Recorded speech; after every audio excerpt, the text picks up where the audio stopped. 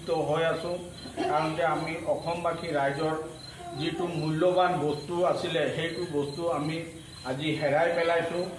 আমাৰ মাজত নাই জুবিন দা। তেওঁ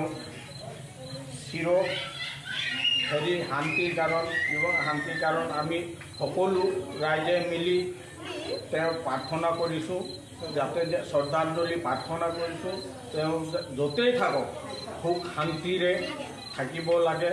আৰু যিহেতু আমাক জুবিন দা এটাই কথা কৈ গৈছিলে যে মোৰ কোনো জাতি ধৰ্ম কোনো নাই, আমাৰ চাহ জনগোষ্ঠীৰ কাৰণ বহুত আদৰ্শ এজন ব্যক্তি আছিলে, মহান পুৰুষ আছিলে।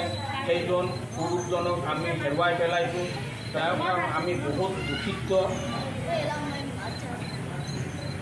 শেষৰ হেৰিত মই কি কওঁ, মোৰ ক'বলগীয়া একো নাই। তেওঁৰ বিষয়ে ইমান মোৰ আৱেগ নাই, জ্ঞান নাই।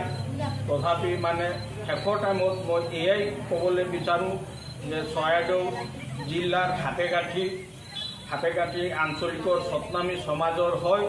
শেষত মই কওঁ জয় জুবিন, জয় জুবিন, জয় জুবিন দা, জয় জুবিন দা, জয়।